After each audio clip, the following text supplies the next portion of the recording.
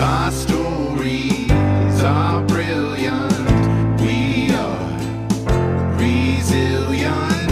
Our stories are brilliant.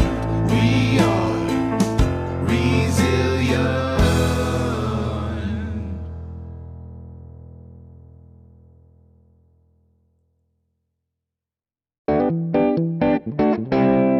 Listeners, I'm back again. Today, I'm so excited to have Bridget Botelho with us.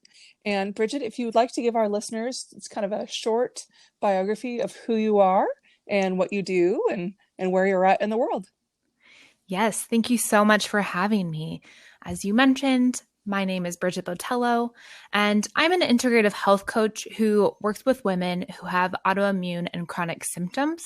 I work with them to reclaim their power over autoimmunity and to harness their vibrant energy and really design a healthy lifestyle that is tailored specifically to them. And I came upon this work because I do have multiple sclerosis and was diagnosed at a young age myself. And so I know what they're going through, and it led me on this health journey we'll talk more about. And I'm also based in San Francisco, California. Oh, gosh, I love it there. That's great.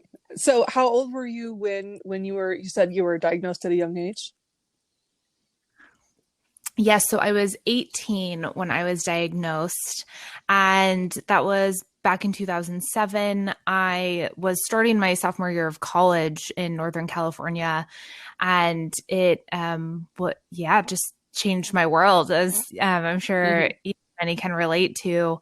And my journey has kind of had a lot of ups and downs, as is to be expected. And for the first 10 years of my journey, really tried to ignore it more or less. And yes, there were times where I felt like I wanted to be more proactive, but it wasn't until a few years ago when I had a terrible year of chronic symptoms and flare-ups, and just really decided then to learn more about how I could best support my body. Did you have a bunch of symptoms before you were 18? Was it a surprise, or was it, well, I guess you said it was a surprise. I mean, with a lot of people, they have stuff that happens that doesn't really connect the dots until they have that diagnosis. Was that like that for you? It was more or less. I started getting symptoms, I would say maybe a month or two before I was officially diagnosed. But yes, as you mentioned, when I was diagnosed, my doctor had said that, I probably had multiple sclerosis or the underlyings of it for a while. And it wasn't until, it's hard to say, but something triggered it. And that's how it kind of manifested into what I experienced, which was a lot of numbness and tingling in the lower half of my body. And it, because I just assumed it would go away, I, let it progress a few weeks later, and then it started becoming harder to walk. And, that's when you realize, okay, something's going on. And I didn't really have any sort of knowledge or experience with even anyone I knew in my general circle, family, friends, etc., who had gone through anything like this. And so I really had to learn for myself. And, back in 2007, the internet wasn't what it is now. And Right. my doctor had actually said, you shouldn't be going online to look up multiple sclerosis because it can be a very scary place. And, there's a lot of stuff that you haven't experienced. And there's, so many different ways in which people experience this. Now, of course, there are a lot more positive communities and networks and empowering things like this podcast, for example. But yeah, back then there just wasn't a lot out there. That's interesting that you had, it sounds like you had a pretty positive experience with your doctors. Is that correct? For the most part, yes. I think initially, looking back on it, the diagnosis, it was an intense few days trying to figure out what I actually had. And of course, they throw a lot of diagnoses at you, which, some even seemed a lot scarier than having MS. And so when after a couple of days of testing, the results came in, I think was just relieved because it was this sense of initial closure of, okay, I know what I have now. I can, move on and kind of figure out where to go from there.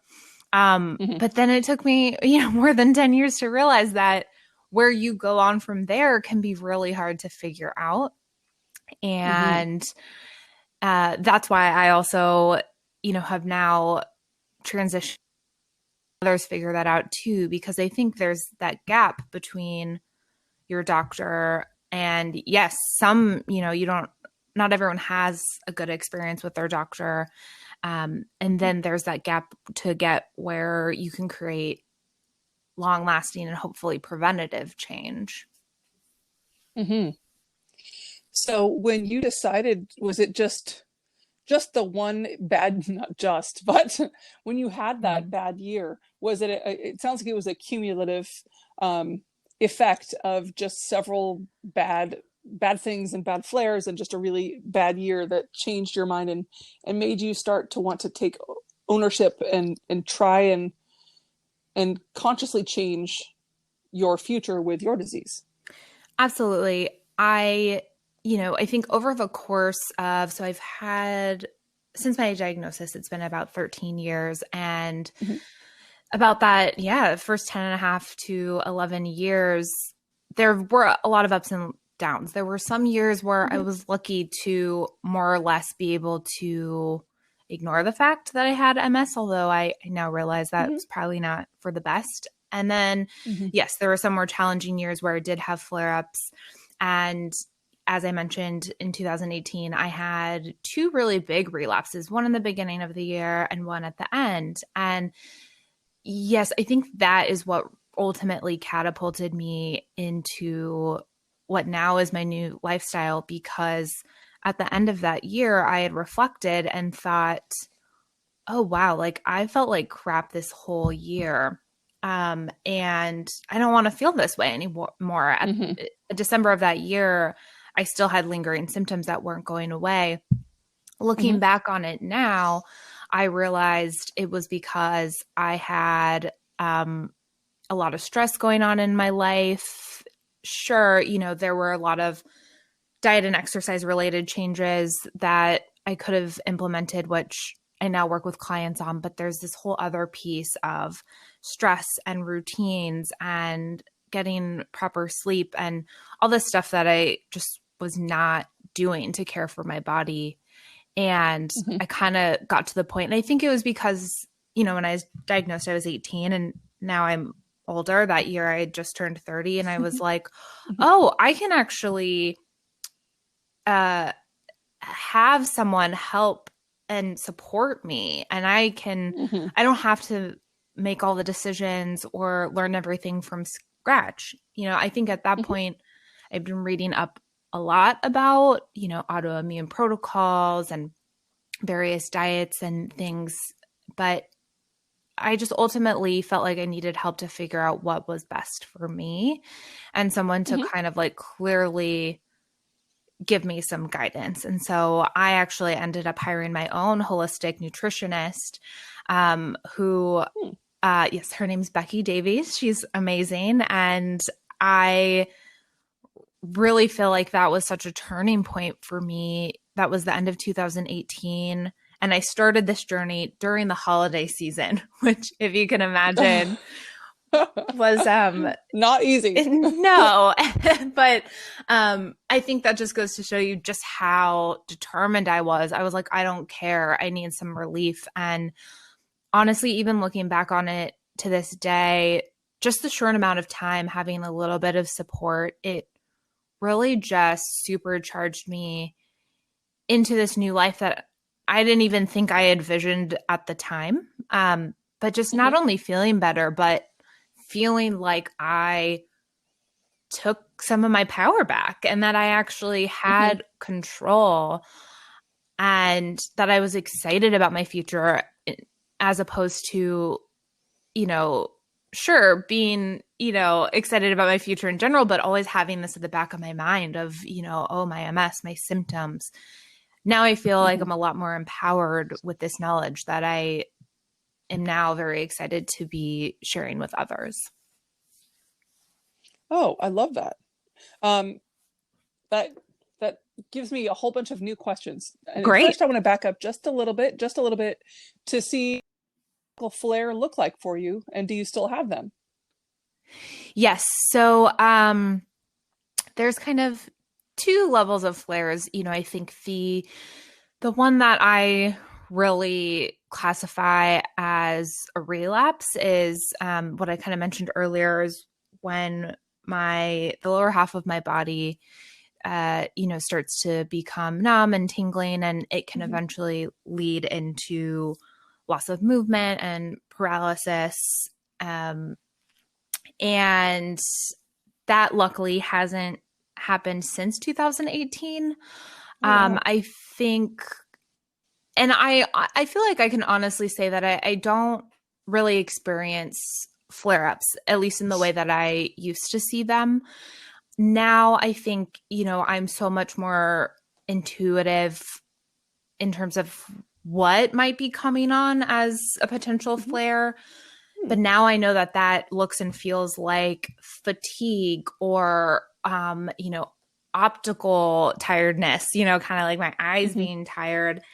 And maybe a little bit of kind of lack of coordination, along with just feeling, kind of tired and fatigued. And so that's what I experience more or less these days. But I will say it doesn't happen quite often. I feel like my body has healed from a lot of the initial kind of root causes that were leading to those symptoms, which is kind of amazing to, just feel it in my body, that my body's just different than it used to be.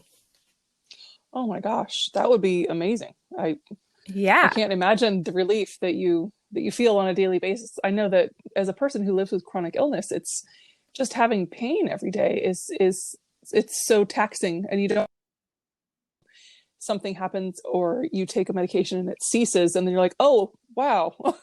Wait.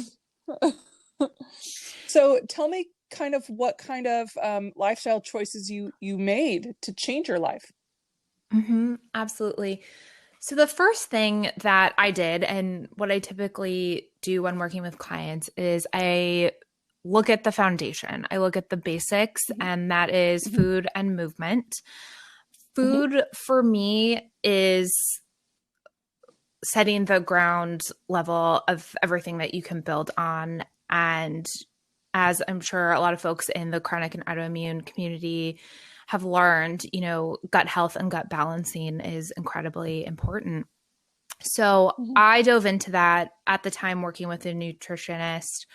And what that looked like initially was what is called an elimination diet. So it was eliminating most of the, top allergens, the most inflammatory foods. I cut out gluten and dairy, which was so hard for me, especially around the holidays, as I mentioned. Yeah. Oh my gosh. I know it was an experience, I will say. And temporarily at that time, I also cut out eggs and nuts and even other grains to start with. And that lasted about 3 weeks. And then after that, it was kind of testing different foods, adding them back in, but at a very slow pace. And this is where I actually started to see just the fun. I would call it fun. I saw the fun in it because it was teaching me how my specific body reacted to different foods, even vegetables, because, I think we get caught in these traps of like, this is healthy, this is unhealthy. And it's like, sure, there are certain types of foods that we know if you eat less of over a period of time, you feel well. But I think that knowledge can only go so far, because at the end of the day, you have to test them on your own and really be introspective about how you feel when you eat them. And so Mm-hmm. the first, 2 to 3 months of my journey were really learning about myself and the foods that worked for me and made me feel great, reduce some of, that chronic pain that you had mentioned. Do I wake up a couple of days later after eating XYZ and do I feel energized, or do I feel joint pain? Do I feel a little sluggish? And I would just keep a journal to help me kind of figure out what could be leading to how I'm feeling. And so that was, really transformative. And then I kind of, once I felt like I got a handle of that, what are, how many vegetables should I be eating? Okay, I need to keep variety in my diet. I need to make sure I'm getting these types of nutrients in my body every day. Really kind of looking at it at that foundational level. And then I really dove into, okay, now I need to make sure that I'm doing light exercise or getting walking in, because I actually, with my clients, teach them that, you don't want to be burning yourself out with exercise and other activities, because that is counterproductive, right? Right. And then it was interesting, because then I felt like, oh, wow, I overcame this big hurdle of just building this foundation of what I now know is my healthy lifestyle. Then I was able to dive into, meditation, journaling, types of spiritual practices that, were really helpful for me. And then focusing on the mindset piece and really programming in my brain, and it's an ongoing process. I still struggle with this, but programming in my brain that I am healthy and I am healing, because that can have such an amazing impact. And so, that's kind of a piece that I'm, working on every day now, just the mindset, and also helping my body just de-stress, because that's so important to healing. In that same vein, what kinds of things do you do as methods of self-care and self-nurturing? Is that part of your regular practice as well? Absolutely. I am really big on routines now. I have an everyday practice both in the morning and at night. For the morning, it starts with me getting some kind of crucial supplements in. I take my D, my C, and a veggie powder, and I make sure I hydrate, and I fill like a big pitcher of water up every morning that I drink throughout the day. And it also includes, getting a nourishing breakfast in, whatever it looks like that morning. I try to mix it up. And then I also make sure that I incorporate at least a few minutes of meditation and or journaling, depending on how I feel. And I wake up pretty early now. I definitely didn't used to be a morning person, but I now like to ease into my mornings and feel like I have time and space to, luxuriate in those practices. And then sometimes I'll try to get like a morning walk in. If I don't do that, I make sure I fit one in at lunch. And then in the evening, I just make sure that I'm turning off my phone and other devices early, probably meditating again. I definitely try to read a little bit before bed and do some breathing exercises and just really try to kind of shut it all off every night. Oh, that's so smart, especially now. Yes. It's funny. It's funny you talk about routines. I always ask that question about routines, so it's neat that you brought it up. I'm a very routine-driven person. It just seems to work well with my brain, the way that it works for me. And it's funny. I would say about 50% of the people I speak with are not. So it's kind of nice. I always like it when I have another routine person. Yes, I love it. I think I'm sure when I was younger, I would have hated a routine. I think there's something that when people hear the word routine, it seems so rigid and kind of, right. Yeah, like, oh, they don't want to be, set to a specific type of routine. What I really try to recommend to my clients, but to anyone, is that you can have like a short list of things that you more or less each day want to incorporate. And if some of those things on that list are things you don't want to do that morning, fine. Like you have other things that you know center you and help you start or end your day. For me, I try to kind of loosely categorize them into I need to be doing things for my mind, body, and soul. And so mind is meditation, soul can be any sort of journaling or internal work or even being out in nature for me. And then for body, just really making sure I'm eating the foods and supplements that I need to be taking in every day. So that's kind of how, for me, it's like a nice balance of like, okay, I definitely have a routine and I know, what I like doing every day, but in the event that I don't feel like staying inside the box, I can break free a little bit. Flexibility is good for sure. So what does a coaching plan, like a typical coaching plan for one of your clients look like? How do you go about helping someone? Yes. So when I first work with a client, I want to make sure that I have proper time to kind of get them on their path. So I work for and then after that, we can work on an as needed basis. But the first 3 months start with, a very in-depth intake on how they feel day to day, what their symptoms are like, what their current lifestyle is regarding food, exercise, and as we just talked about, whether or not they have certain routines or what kind of stressors they have in their life.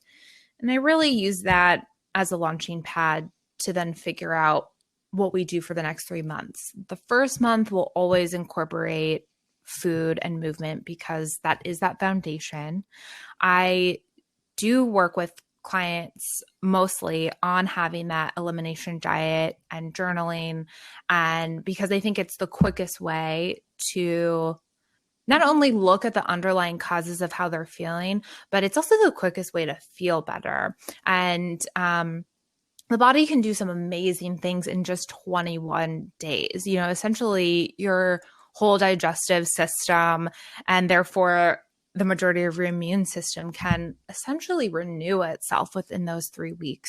So if you minimize the foods that are more likely to, be kind of these barriers to initial healing, we then can chart a course that is, really exciting. And so that's month 1, getting the basics. And that's a lot. A lot of people, depending on how they do, eat and how they move their bodies daily, these can be pretty big changes. So we take them step by step because we're going for, long-term lifestyle changes. And I really make sure that they're feeling comfortable about kind of diving into what might be a very new way of eating and structuring their day. And then month 2 will build on that. It not only it takes what we've learned from the food and movement component, but then it builds on it to expand into what are some external factors that can also be, flooding their body with stress or other types of toxins. So we'll take a look at, household items they might be using, water filters. We also look at hair and beauty products and cleaning products and all that stuff. And, working with clients, I don't expect them to change, all their products or how they're living their lives right away. But we just look for areas where they might be most excited to make these changes because because all of these are adding to kind of your overall stress and potential symptoms, right? And the functional medicine doctor who trained me as an integrative health practitioner, Dr. Stephen Cabral, he has this amazing book called The Rain Barrel Effect. And the idea is that, if you put a barrel out and the rain keeps accumulating without finding a way to drain that barrel, it's going to overflow. And so that is the analogy that he uses to describe what your body essentially goes through if you don't find a way of releasing those toxins regularly. So we look at environmental factors in addition to just food and ways of moving your body. And then the third month really is kind of fine tuning. Okay, what does your lifestyle look like now? How are you feeling? What do you feel like you need to change up?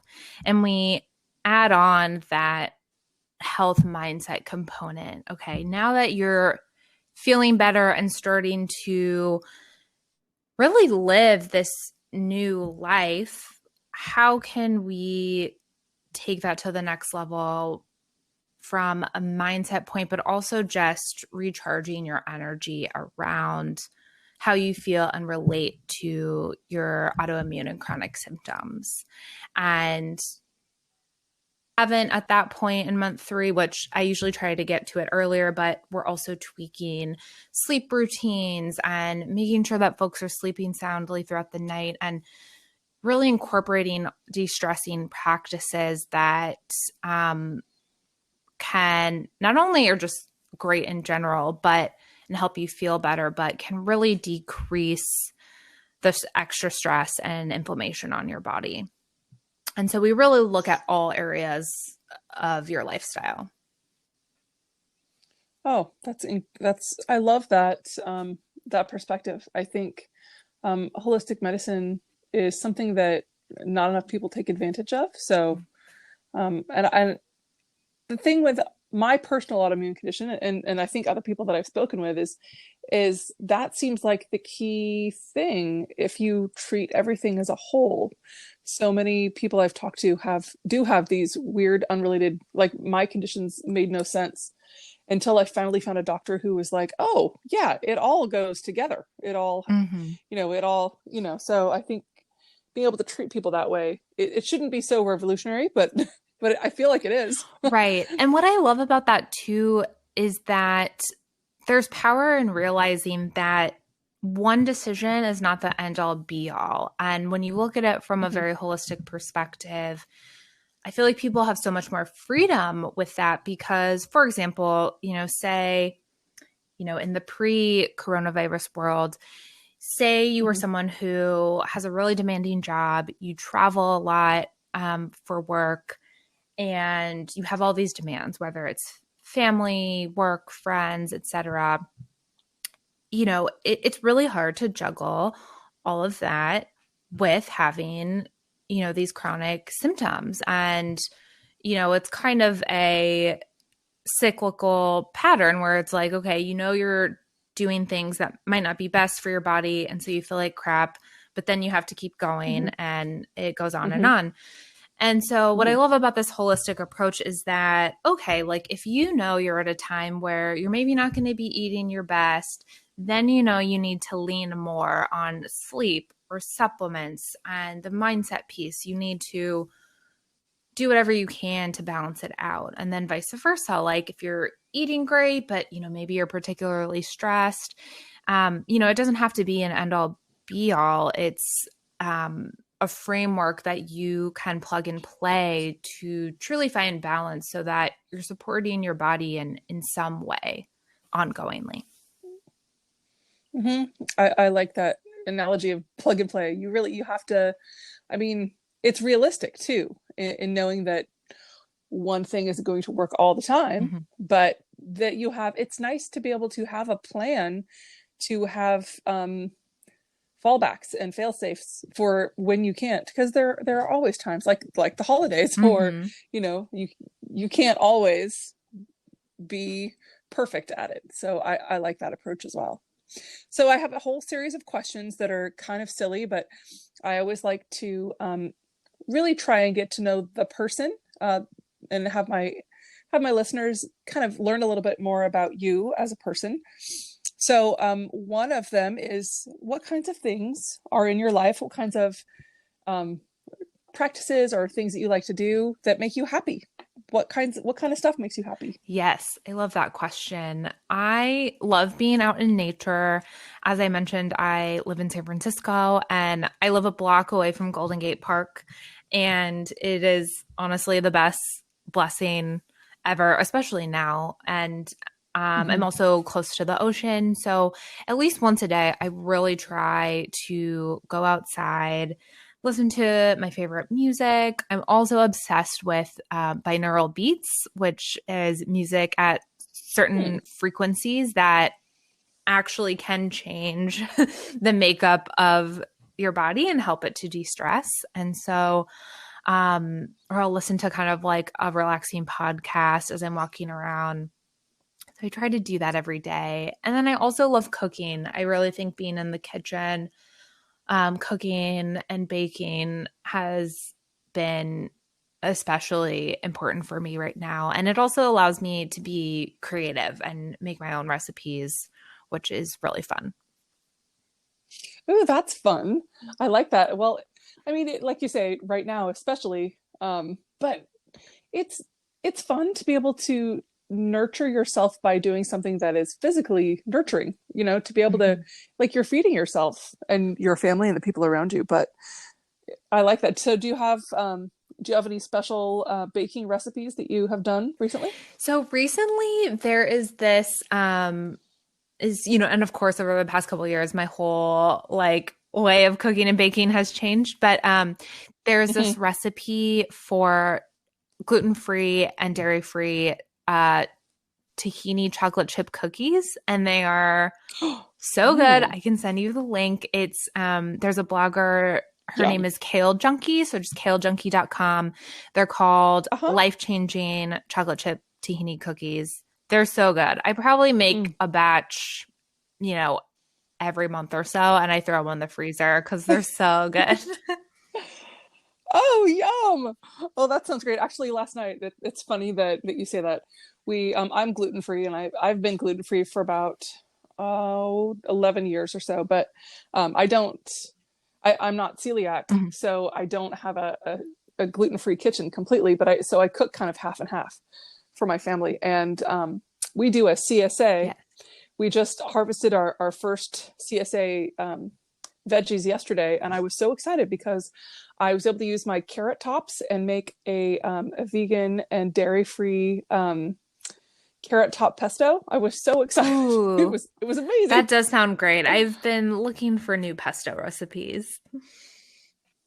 Oh, it was. I'll send it to you. It was great, and I'll link it. I'll link both of these recipes in the show notes. It was so good because I had gotten some fresh green garlic that we had just pulled, so it was so cool.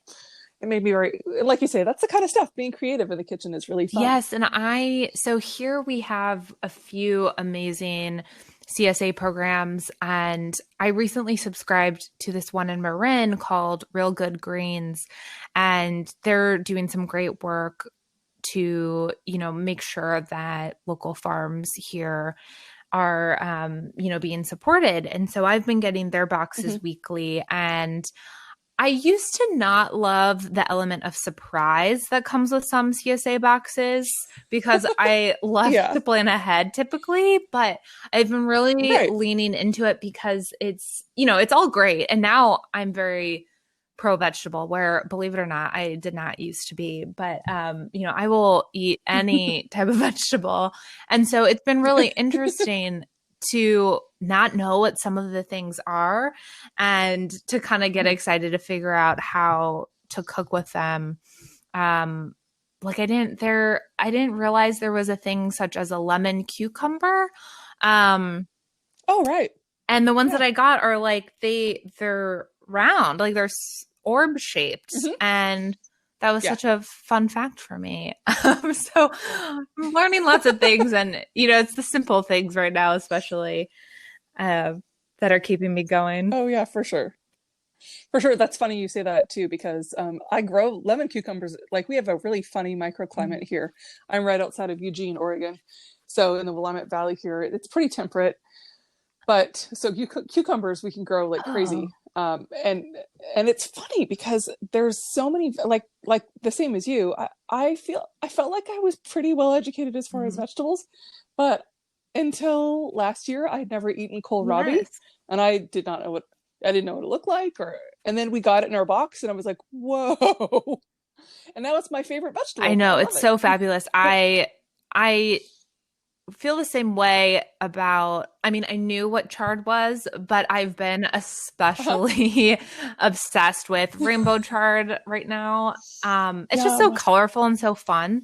I think for me, Hmm. I'm a very visual learner and I love being creative. And so for me, the colors of vegetables and the colors I can bring to the plate have been, I think, what's really gotten me to stick to eating the way that I do. It just makes it so fun, and there's so many different Hmm. flavors and textures and colors, and it's it's a never-ending learning journey too. I think that's a great attitude, though. I think that, I mean, that's how I think of life, really, is the more I can learn, Mm-hmm. the better. And like you say, that's what makes it fun. I like that. You have to eat. You might as well Yep, make it fun. absolutely. So, in your daily life, do you have a pretty solid support system, or have you had to build one of those where you're at? I do. I have been lucky from day one. I think that, I was diagnosed early on, as I mentioned, when I was 18, and my parents Hmm. were so incredibly supportive, and they were also learning along with me, every step of the way. And it's really cool to see how even our relationship has changed now that I've really been more proactive around my health. I think they've been Hmm. very eager to also support me in that journey, even though, we know I'm no longer living at home with them. But Hmm. it's just Hmm. been really amazing to see how supportive they've been. And I also have an amazing partner, Arthur, who I actually first met when I started this whole journey. So it was like right after that holiday season, and was living in San Francisco on my own and just really changed my lifestyle so much and wasn't sure if there was space for, a romantic partnership in my life because I just felt so full in terms of, just getting this new healthy lifestyle off the ground. And um yeah, but I'd like to think that, fate happened and there was this Hmm. magical moment where he and I met. And since then, I mean, from day one, he has supported me so much. And now he helps me by we do quarterly functional medicine detoxes. And so he'll do them with me and fast with Hmm. me. And he's very supportive. And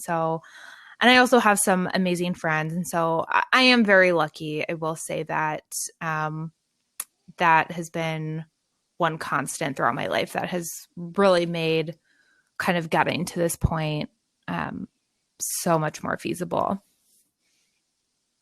Oh, that's incredible. And like you Yeah. say, very lucky.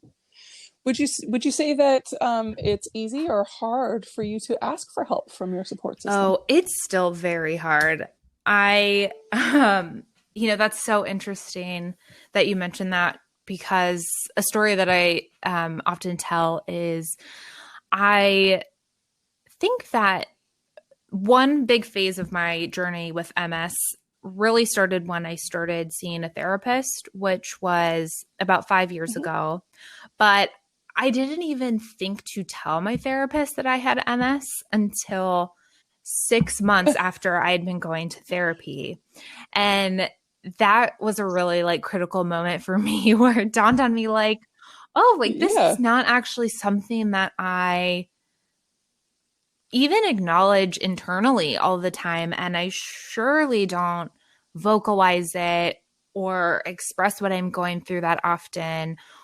And then, even less so, ask for help. And so that has been a really interesting internal process that it's now much easier for me to ask for help But I think, of course, we all have ways in which we don't even realize we're kind of bypassing that process. So it was definitely hard over the years. Easier now, but I still have to take a step back and always ask myself, do I need to ask for help? It's so hard, but it's so valuable. I was speaking with someone yesterday, and we were talking about how much of a gift you give other people when you ask them for help. And that always helps me when I remember that, people really want to help you. Like your support system is there because they like you. Absolutely. That's interesting.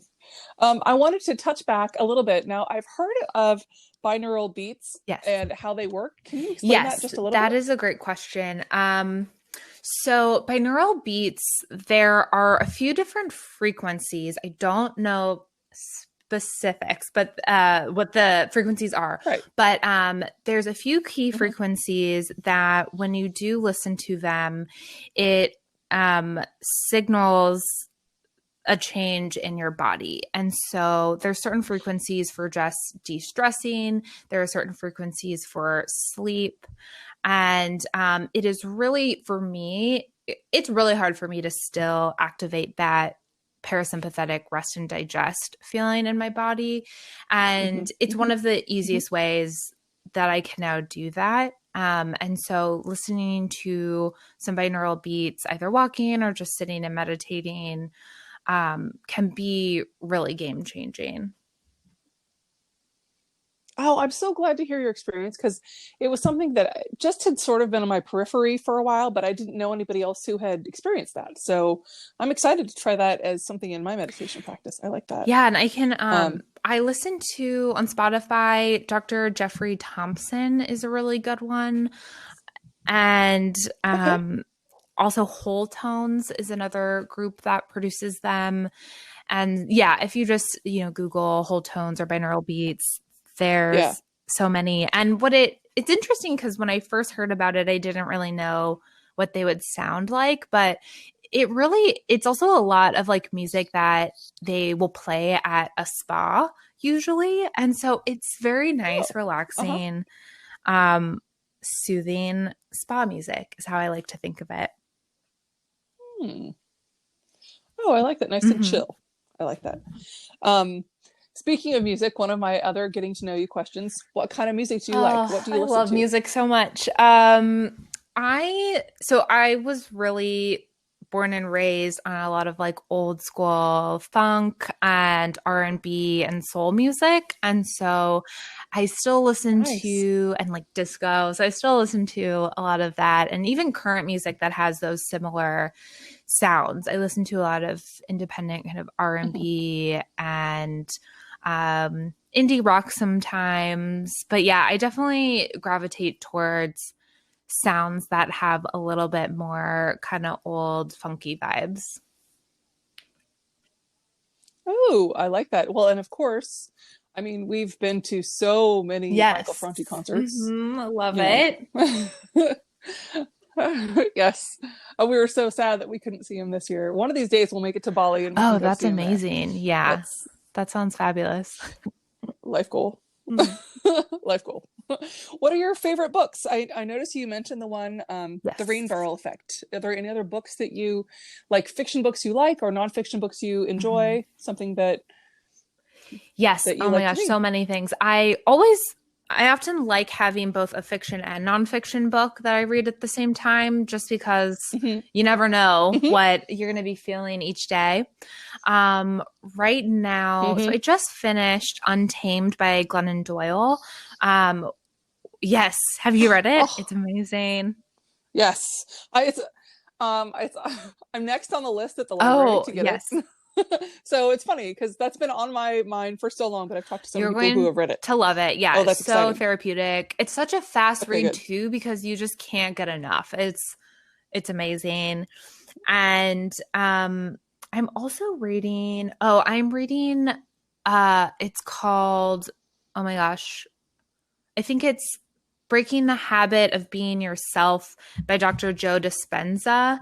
And I love all his work. he is a firm believer and researcher around how your thoughts and the signals that you give in your mind really get rooted in your body, and then vice versa, how your body always kind of keeps the score, which I think is another book, but I forget who the author is, but of your thoughts. And so this mind body connection, and he really gets into essentially quantum physics around it. And there's also a documentary that he's in on Netflix called Heal that talks all about it, how powerful the mind is in healing. So I'm reading his book, which is quite interesting. Ooh, that's fun. I like to balance those two with something more intense or something less. I'm reading Talking to Strangers by Malcolm Gladwell right now. And I do too. And it's his new book. It's fascinating, especially right now. It's talking about how to discern the truth when you're speaking with people, or when you're listening to people on TV. It's very, very absolutely. Now, what would you say, this is a funny question too, but especially as a person who's concerned with health, do you have are you a coffee person? Are you a tea person? Do you like soda? What do you like to drink? So I mostly am a tea person. I definitely used to be an everyday coffee drinker. And then I stopped for a bit because I also do have anxiety. And as I was becoming more aware of how certain things made me feel, I realized that drinking coffee every day didn't really help with my anxiety. But I do love coffee. So I still drink it on the weekends, and it feels so much more enjoyable on the weekends too. I feel like I appreciate it that much more. So I'm a tea drinker during the week and coffee on the weekends. And I also love kombucha, and I love water with lemon in it too. Oh, yum. Now, in your personal life, do you have pets? Are you a pet person? I am a pet person, but I currently don't have a pet. I really want one, especially right now. We're still sheltered in place here. So I want a dog so badly. Yeah. I think eventually we'll definitely get one, but sadly not currently. Well, it's harder in the city too. I mean, I'm a cat person. I like dogs, but dog is a different level of commitment for me. I like them, but it is. Do you have any other little? Oh, go ahead. I'm sorry. There's a lag. Oh no, that was it. I think I just heard the delay. Oh yeah, sorry about that. So what's next for you? Do you have any projects that we can plug here on the show? So right now I'm just really focusing all in on my one-on-one coaching program. So, folks should definitely, feel free to follow me and contact me if they're interested in that. It's, like I said, a 3-month program designing, a lifestyle and support specifically tailored for you. And then in the near future, I will be offering some freebies for folks, including a webinar on how you can, incorporate some quick and easy tips to get you on your wellness journey. So if folks are interested in that, they can also sign up for my newsletter list. Okay. Are there any other resources that you can recommend people look at on their own? Books or Yes, websites? Absolutely. Like I mentioned, the Rain Barrel Effect by Dr. Stephen Cabral is amazing. I think it's a really quick and easy read that dives into a lot of science behind this, a functional approach to really looking at the underlying factors of symptoms you might be having. And I'd also like to plug one of my favorite meditation instructors right now. His name is Sah D'Simone, and he's been doing a lot of great meditations on health and self-love that I am really into right now. Oh, cool. Now, I will have them on the show notes, but can you tell us your Instagram handle and your Yes. website So my so that people can Instagram reach is you? at immune.intuition. Definitely follow me there. And my website is immuneintuition.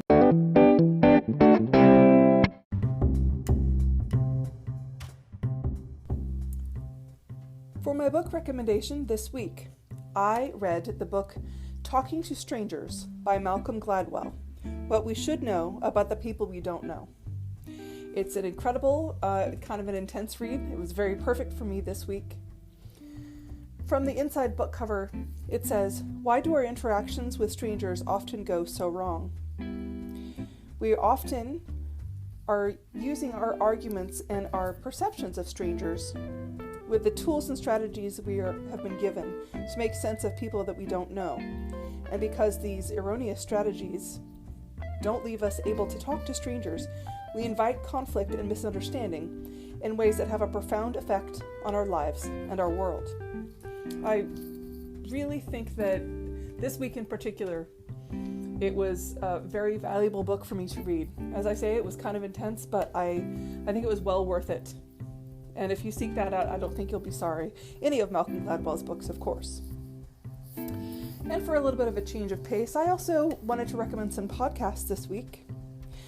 I listened to the Stay Human podcast with Michael Franti, whom I spoke about a little bit on this week's show. The Midlife Moneymaker podcast with Gail Keys-Allen. And the Mind Your Business podcast with James Wedmore. As always, if you have questions, comments, or concerns, or if you'd like to be featured on the show, please email me at resilientmail@gmail.com. Have a great week.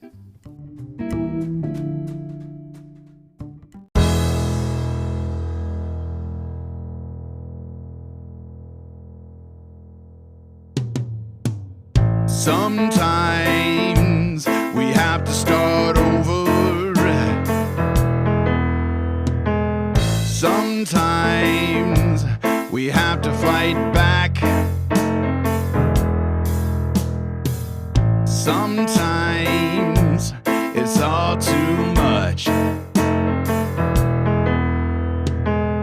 Lost inside the black. Our stories are brilliant. We are resilient. Our stories are brilliant. We are resilient.